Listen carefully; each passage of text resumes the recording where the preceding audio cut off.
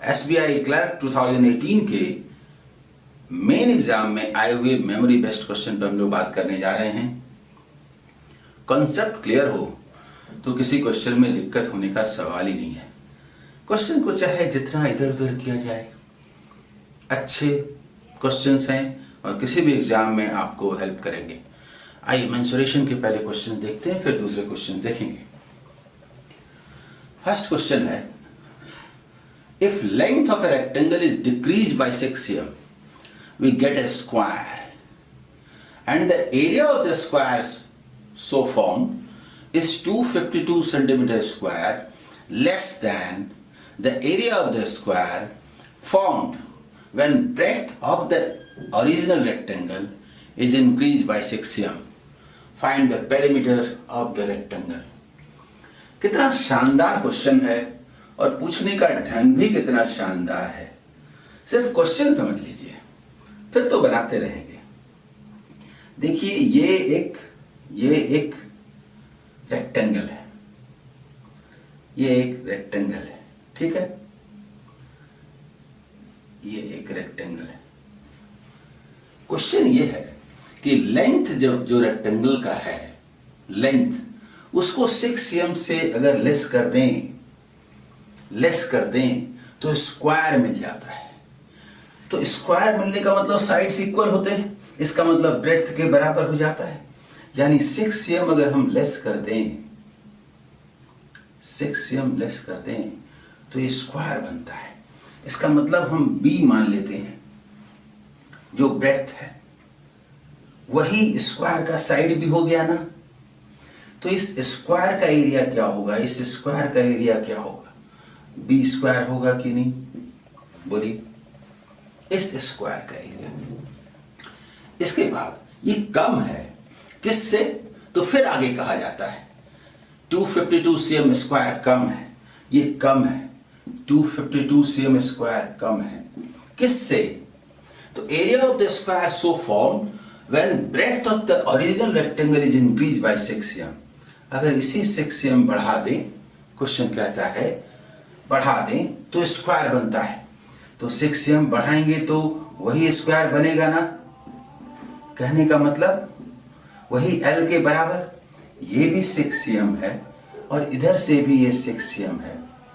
यानी एक स्क्वायर है जो कि रेक्टेंगल के ABCD रेक्टेंगल बोल दें तो उसके साइड के, उसका जो ब्रेड्थ है वो उसका साइड है और दूसरे का लेंथ है। दोनों का जो गैप है, दोनों का गैप वो दिया हुआ है। तो इसका एरिया क्या होगा, तो साइड हुआ b+6, जल्दी बोलिए, b+6 यही हुआ ना।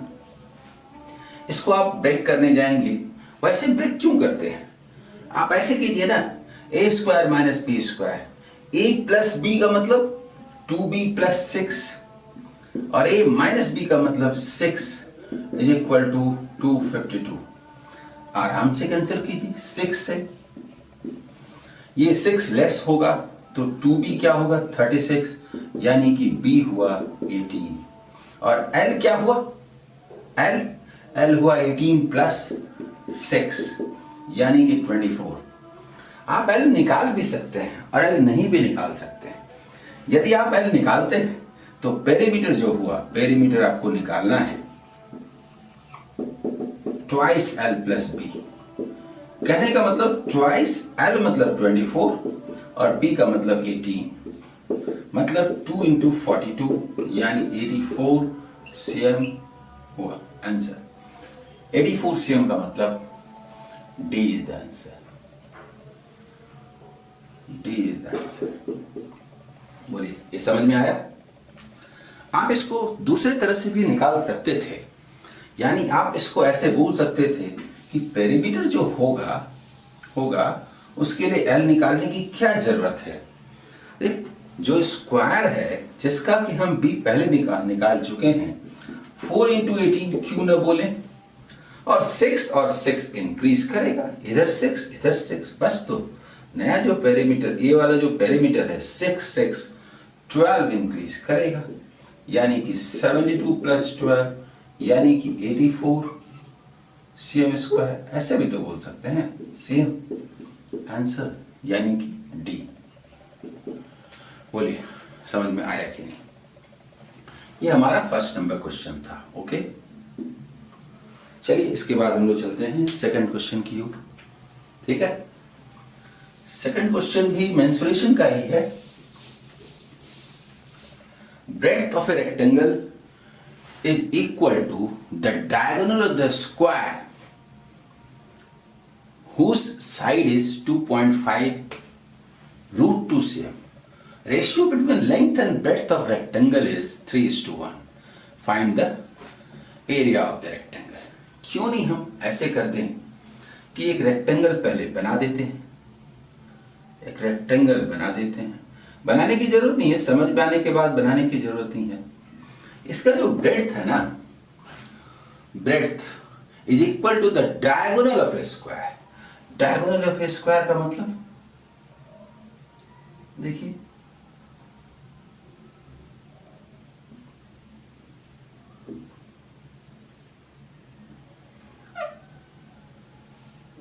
यही हुआ ना डायगोनल ऑफ ए स्क्वायर।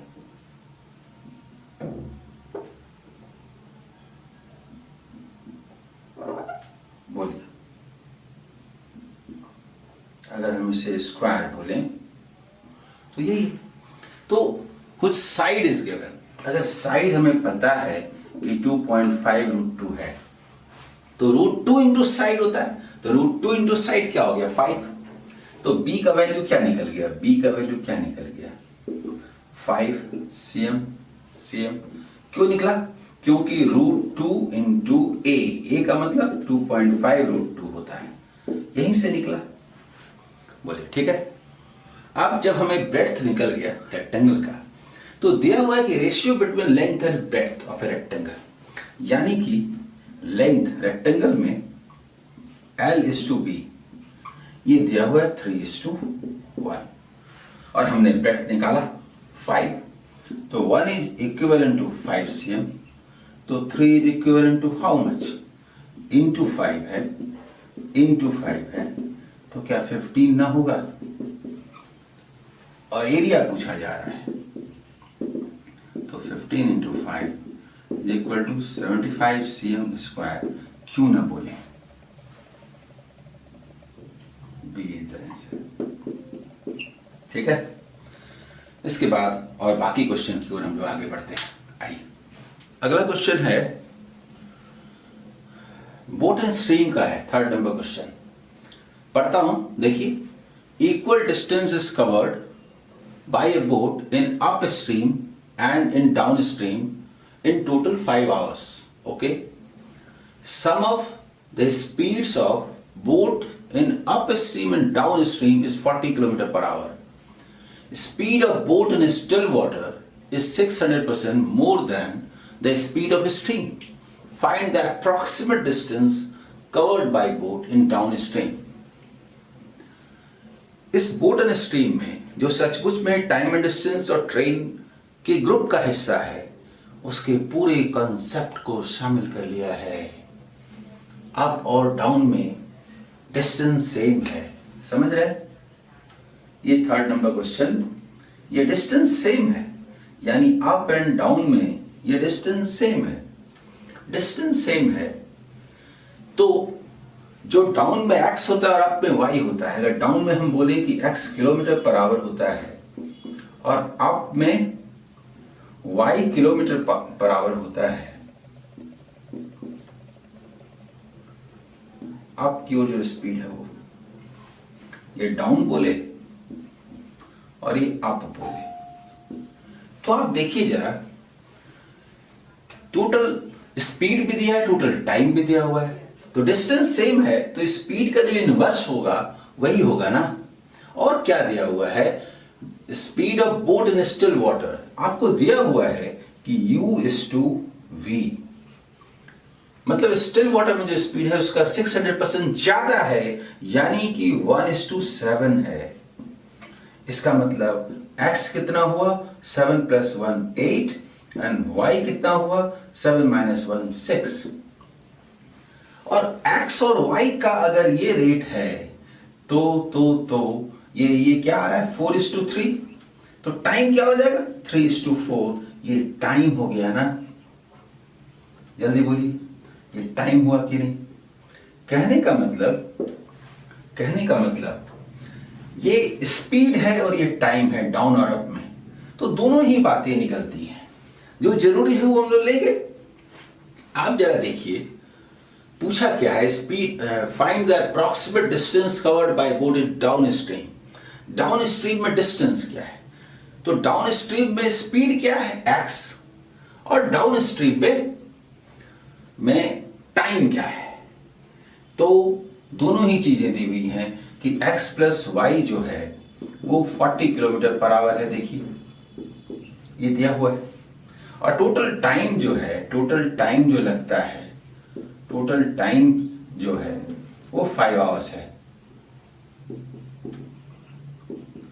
हम लोग वहां लिखे नहीं, डायरेक्ट यूज करेंगे ना। हमें डिस्टेंस लेना है, डिस्टेंस लेना है। एक ही जगह लिखते हैं। स्पीड बने डाउन में, ये डाउन में हमें लेना है ना। तो डाउन में x है। x किसको बोलते हैं? तो टोटल जो लगा है 40 किलोमीटर पर आवर, जो सम है 4/7 ऑफ 40, और टाइम क्या होगा? टाइम तो टोटल टाइम 5 आवर्स है, तो डाउन में टाइम क्या है 3/7 ऑफ 5। यही लगेगा ना, यही होगा ना। हम ऑन द स्पॉट क्यों नहीं करेंगे? अप्रॉक्स इसीलिए कह रहा है।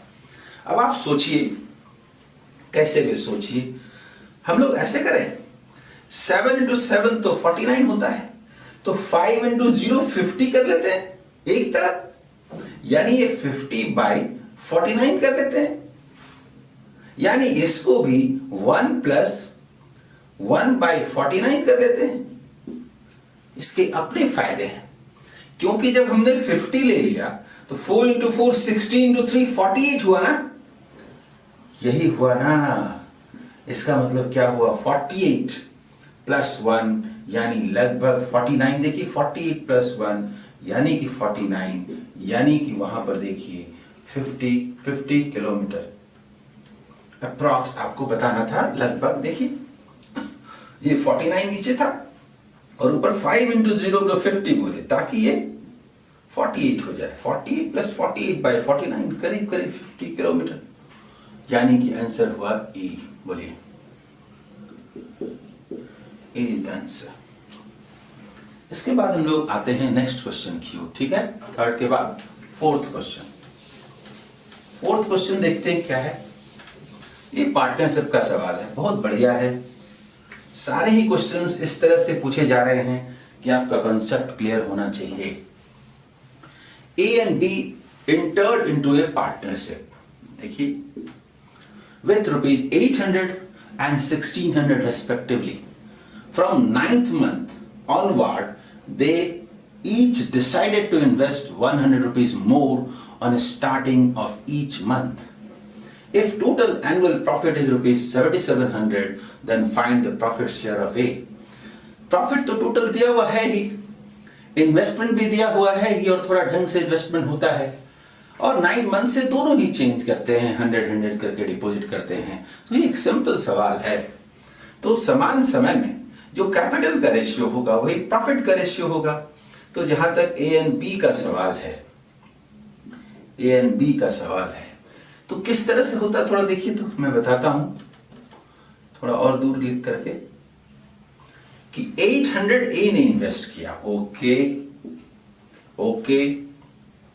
उसके बाद 1600 B ने इन्वेस्ट किया, ओके। 9 मंथ से तो 2 अप्रोच हुआ कि 8 मंथ तक इनका फैसला कर दें और फिर 100 करके इन्वेस्टमेंट हो रहा है तो 9-10 करें, पर ये अच्छा नहीं है। हम लोग बोलते हैं कि 800 करके पूरे साल में रहने देते हैं। This is for 1 month and this is for 1 month.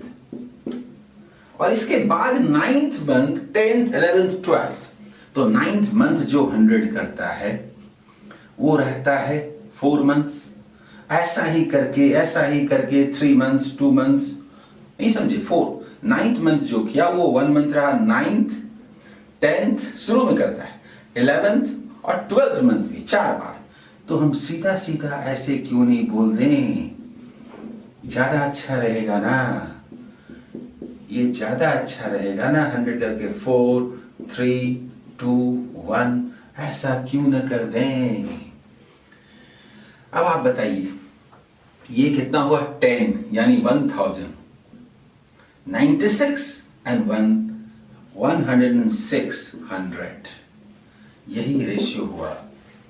ये कितना होगा, ये भी देखिए 1000 दोनों का, और प्लस ये कितना होगा, 12 से 16 को कीजिए, 16 10 टाइम्स पता है 160 एंड 32 यानी 192, 100 19,200 यानी कि 20,200। ऐसे ये बोलने का मतलब ये है कि ये 53 हुआ और ये 101 हुआ। इसी रेशियो में प्रॉफिट का डिस्ट्रीब्यूशन होगा।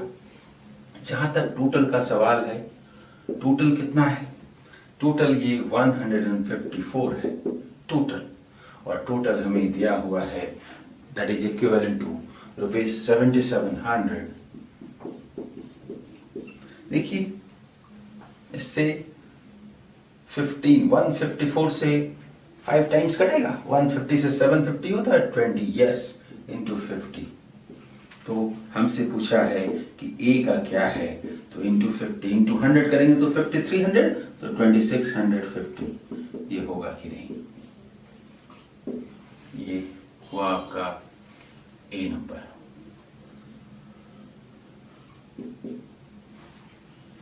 बोलिए समझ में आ रहा है कि नहीं। जो मूल कॉन्सेप्ट चैप्टर का आप समझते हैं उससे बाहर कहीं कुछ नहीं होता, और इतने सुंदर क्वेश्चंस तो पूछे ही जाने चाहिए। All the best. Welcome. Miscellaneous word problems, SBI clerk main exam 5 अगस्त 2018 को जो संपन्न हुआ उसके मेमोरी बेस्ड क्वेश्चन पर बात करने जा रहे हैं। इन क्वेश्चंस को आप सीरियसली लीजिए। ये क्वेश्चंस एक स्तर के हैं और किसी भी एग्जाम के लिए इंपॉर्टेंट हैं। इनको सीखने का प्रयास कीजिए। इनसे आपके अंदर कॉन्फिडेंस आना चाहिए कि ऐसे ही क्वेश्चन एग्जाम में आते हैं। तो इसके लिए क्या अप्रोच होगा, आइए देखते हैं। इसमें से जो फर्स्ट क्वेश्चन है वो पार्टनरशिप का है। पार्टनरशिप जानते हैं कि कैपिटल के रेशियो में प्रॉफिट का डिस्ट्रीब्यूशन होता है। कैपिटल के रेशियो में timing should be the same, नहीं है तो बनाते हैं। A starts a business. After 6 months, we also joins him with ₹4,500. And after 2 months of B's joining, she also joins them with ₹4,500. रुकिए, आगे बढ़ने के पहले एक बात सुनिए। टाइम तो तीनों का दे दिया है। आगे मान लीजिए 1 ईयर के लिए बिजनेस चला या जो भी, तो आप देख रहे हैं कि ए स्टार्ट करता है, कुछ कहा नहीं गया, यानी अंत तक रहता है। 6 मंथ्स के बाद बी आया तो अंत तक रहा। 2 मंथ्स के बाद यानी 8 मंथ्स के बाद सी आया तो बाकी समय यानी 4 मंथ्स रहेगा। अगर 1 ईयर बिजनेस चला या फिर जो भी चला 1.5 ईयर या 2 ईयर्स, तो टाइम का आपको पता चल जा रहा है। कैपिटल का इतनी ही दूर तक पढ़ने पर कि कैपिटल का ए का कैपिटल अभी नहीं बताया गया है, लेकिन बी और सी का कैपिटल भी पता है। तो दिमाग में एक मैप बन रहा है ना। असल में क्या होता है, पूरा पढ़ने के बाद चीजें निकल जाएंगी, फिर से एक बार पूरा पढ़िए, टाइम ज्यादा लग जाएगा। तो पढ़ते हुए एक जगह पर रुकना है और चीजें क्लियर कर लेनी है, ताकि आगे पढ़े, मैप बने, बना डाले। एग्जाम में यही आपका अप्रोच होगा। जब यहां तक पढ़ने पर आपने ये मीनिंग ले लिया, तो if A gets approx 4,900 out of total annual profit of ₹10,000, रुक जाइए, प्रॉफिट्स तो पता हो गए, then find the approximate value of initial investment of A। कितना सुंदर क्वेश्चन है, कितना सुंदर क्वेश्चन है। देखिए मैं बता रहा हूं कि ए बी सी का जहां तक सवाल है, देखिए ए बी और सी का जहां तक सवाल है, तो ए का मान लीजिए x रुपीज रहा तो वो 12 मंथ रहा, बी का 4500 रुपीज रहा तो वो 6 मंथ रहा, 6 मंथ्स के बाद आया, और उसके 2 मंथ्स के बाद 4500 के साथ सी भी आया, यानी 8 मंथ्स के बाद कुल मिला के आया, साल के अंत तक रहा तो 4 मंथ्स रहा। ये 1 मंथ में कैपिटल का रेशियो है। प्रॉफिट का जहां तक सवाल है, टोटल प्रॉफिट 10,000 है। आप जरा गौर कीजिए, 10,000 टोटल प्रॉफिट है, इसमें 4900 ए का पार्ट है, तो बी प्लस सी का पार्ट क्या है, यहीं से आपको डायरेक्शन मिलता है। ये प्रॉफिट प्रॉफिट प्रॉफिट, आप जानते हैं कि समान समय में प्रॉफिट का रेशियो यही होगा, क्योंकि कैपिटल का रेशियो यही है। पर आपको बी और सी और ए इनका अलग अलग प्रॉफिट नहीं पता है। ग्रुप के रूप में या तो ए का पूरे प्रॉफिट के साथ रेशियो है, पूरा क्यों लें, या बी प्लस सी के साथ है, यही डायरेक्शन बताता है।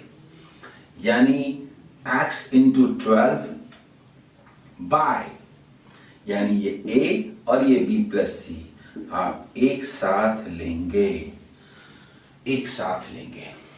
ये क्या है, इसको ऐड कर सकते हैं, लेकिन अभी मैं समझाना चाहता हूं इसलिए लिख रहा हूं, लिखने की जरूरत सब में नहीं है। प्लस ये 4500 इंटू 4 और इसका रेशियो है 4900 बाई 5100। अप्रॉक्स का सवाल है, फास्ट होना चाहिए, इसमें आप कुछ सीखेंगे। मैं कहता हूं इसमें आपको कुछ सीखने का मौका मिलेगा। ये ए है, ये बी प्लस सी है और ये ए है, इसमें आपको सीखने का मौका मिलेगा। क्या करें, तो मैं कहता हूं कि नंबर तो कटेगा नहीं, इतना मल्टीप्लाई करके भी क्या होगा, 4500 इंटू 10 होगा, ये तो ठीक है। पर अब क्या करें, एक काम करते हैं, 12 से इसको कैंसिल कर देते हैं। 12 में 4 है, कटेगा ही, और 3 से भी कटेगा ही। 12 आप ऐसे काट सकते हैं, ऐसे 4 से 100 को काटिए तो 25 टाइम्स, और 3 से 45 को काटिए इतना, यानी कि ये 375 ये वाला पार्ट होता है, इंटू 10 यही होता है ना। मैं ये कहना चाहता हूं कि x इज इक्वल टू 3750। आप काटते रह जाएंगे, 3 से इसको कैंसिल जैसे ही किए, जो जाल बुना गया है आपके लिए उसमें आप फंसे। अगर आपने 3 से इसको कैंसिल कर दिया तो फिर करते रहिए, करते रहिए, करते रहिए। इट डिमांड्स 1 माइनस 2 बाई 51, ये यही चाहता है। 49 बाई 51 इसीलिए दिया गया है, क्वेश्चन को चाहता है 1 माइनस 2 बाई 51, और ये आ गया। अब तो कुछ है ही नहीं, अब तो कुछ है ही नहीं। 3750 माइनस 7500 बाई 51। अब आप इसको 50 मान के, पहले नहीं मान सकते थे, पहले नहीं मान सकते थे, चौपट हो जाता, अब मान सकते हैं। 50 मान करके आप इसको डिवाइड कर सकते हैं, डबल कर दीजिए, 100 मान लीजिए, डबल कर दीजिए तो 15,000 मान लीजिए, यानी कि 150, यानी कि 3600 अप्रॉक्स। ये अप्रॉक्सीमेशन का जबरदस्त सवाल है तो पार्टनरशिप का, लेकिन आपके अप्रॉक्सीमेशन के पूरे कंसेप्ट को इसने चेक कर लिया। Answer is 3600 C.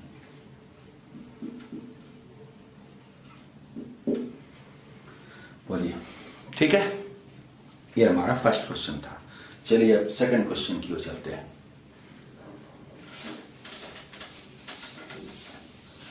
Second question,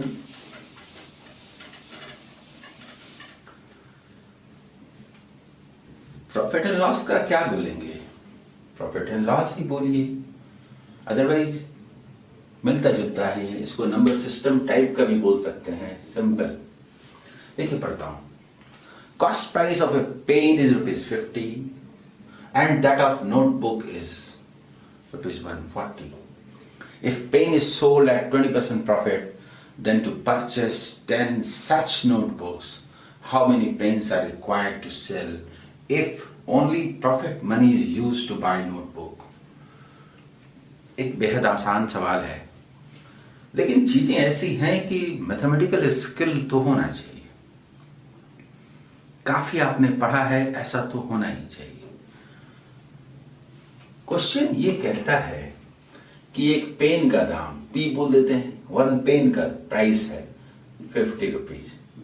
ये कॉस्ट प्राइस, देखिए ये कॉस्ट प्राइस, थोड़ा नीचे लिखते हैं, ये कॉस्ट प्राइस। कॉस्ट प्राइस जो है पेन का 50 रुपीज है, 1 का, और कॉस्ट प्राइस ही नोटबुक N बोल देते हैं, ये है ₹140। क्वेश्चन ये है कि पेन को 200% प्रॉफिट पर सेल किया जाता है, तो प्रॉफिट जो है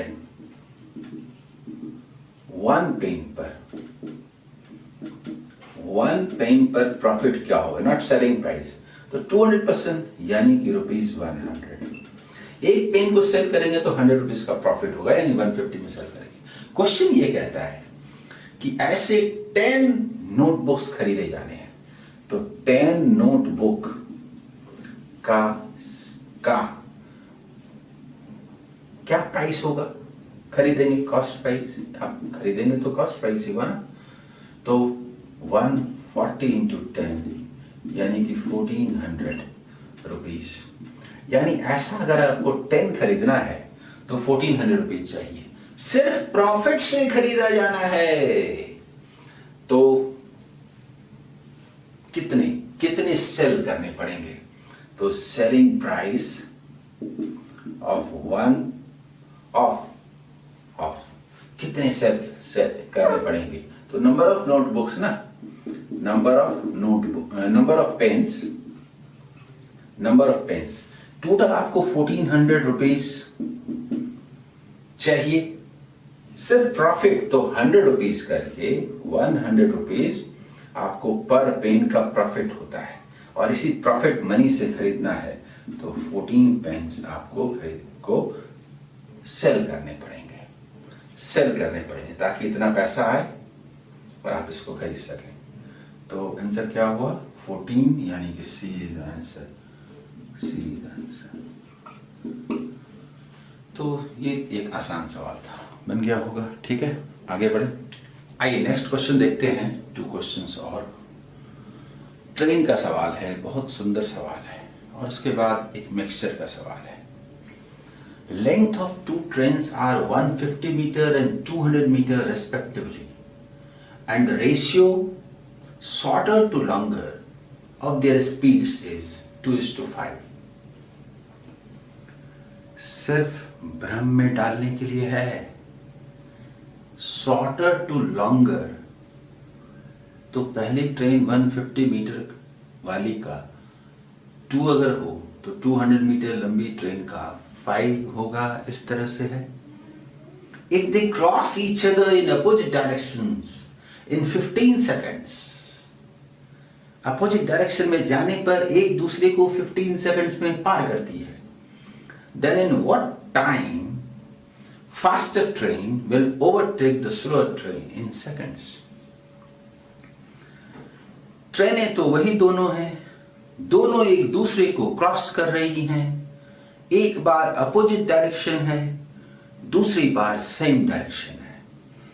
अपोजिट डायरेक्शन का टाइम दिया हुआ है 15 सेकंड्स, तो सेम डायरेक्शन में टाइम पूछा है। चाहे डायरेक्शन कुछ भी हो, दोनों ही स्थिति में डिस्टेंस तो सेम ही होगा, क्योंकि एक ट्रेन जब दूसरी ट्रेन को क्रॉस करती है तो सम ऑफ द लेंथ्स, दोनों ट्रेनों की लंबाइयों के जोड़ के बराबर दूरी तय करती है। तो दूरी, डिस्टेंस का कोई मायने ही नहीं है। 150 प्लस 200 350 मीटर का डिस्टेंस तय होता है, लेने की जरूरत ही नहीं है। तो स्पीड कौन से काम करते हैं मैं बताता हूं, उसका कैसे यूज ही नहीं है। मैं बताता हूं कि शॉर्टर और पहला शॉर्टर है और दूसरा लॉन्गर है, कोई बात नहीं, मैंने सिर्फ डिनोट करने के लिए कहा। तो 150 मीटर लेंथ है और ये 200 मीटर लेंथ है, ये लेंथ है, यानी जो डिस्टेंस है इज इक्वल टू 350 मीटर है, चाहे जिस डायरेक्शन में तय कीजिए। स्पीड्स जो हैं, स्पीड्स ये 2:5 है। अगर शॉर्टर का 2 मीटर पर सेकंड हो तो लॉन्गर का 5 है, तो 7 ना है तो 3 ना है। रिलेटिव स्पीड ये अपोजिट डायरेक्शन और ये सेम डायरेक्शन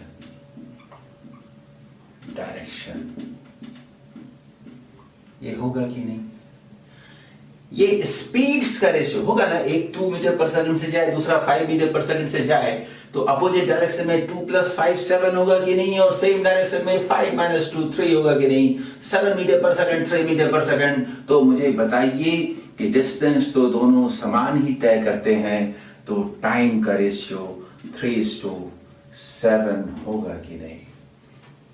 अपोजिट डायरेक्शन में अगर 3 सेकंड लगता है तो सेम डायरेक्शन में 7 लगेगा, 3 ना होके 15 सेकंड्स लगते हैं। गिवन क्वेश्चन में दिया हुआ है ये 5 टाइम्स है, तो क्या ये भी 5 टाइम्स ना होगा, इक्वल टू 35 सेकंड्स ना होगा? आंसर। ये कितना शानदार क्वेश्चन था, बताइए। आप डिस्टेंस वगैरह यूज करके स्पीड निकाल के बना सकते हैं, आप बना सकते हैं। टाइम मालूम है, डिस्टेंस मालूम है, स्पीड निकालेंगे, इक्वेट करेंगे, बना सकते हैं। But why?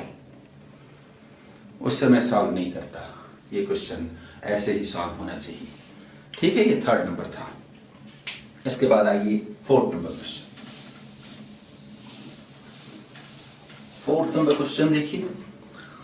4th में मिक्सचर का सवाल है, पढ़ता हूं पहले। A container contains 165 liters of milk, okay? Some quantity of milk is taken out. Half of that quantity of milk, what is added in that container? Now ratio of milk to water in the container becomes 5:3. What is the quantity of water added in it? जो पूछा जाता है उसी को x मानना ठीक रहेगा। तो आप जानते हैं कि पूरा का पूरा मिल्क है, उसमें से अगर 10 लीटर मिल्क निकाला गया तो 5 लीटर डाला जा रहा है। तो 10 को यदि हम x माने मिल्क को, तो वाटर x/2 होगा। क्यों करें? वाटर को x मान लेते हैं तो मिल्क 2x हो गया। यानी कहने का मतलब ये हुआ कि हम मान लेते हैं कि मिल्क में से, और ये वाटर कब होगा, तो 165 लीटर मिल्क है, इसमें से 2x लीटर मिल्क निकाला गया और वाटर डाला गया, x लीटर डाला गया, हाफ डाला गया। तो पहले तो वाटर था नहीं, अभी वाटर है, ये मिल्क है, ये वाटर है। गिवन की रेशियो 5:3 है। जल्दी बोलिए, सॉल्व तो 1 लाइन में होगा। तो बोलेंगे 6x 5x 11x opposite direction है, इज इक्वल टू 3 से मल्टीप्लाई मत कीजिए, मत कीजिए, मत कीजिए, बस बस बस बस बस, x equal to 45 litre. Answer answer answer, इतना ही डाला जाना चाहिए। This is the best way. समझ में आया कि नहीं? वाटर हाफ है तो मिल्क, वाटर को x मान के मिल्क 2x मानते हैं, इतना मिल्क निकाल लिया, इतना वाटर डाला। Now the ratio is this 6x 5x, opposite sign है, ऐड हुआ। बोलिए, ठीक है?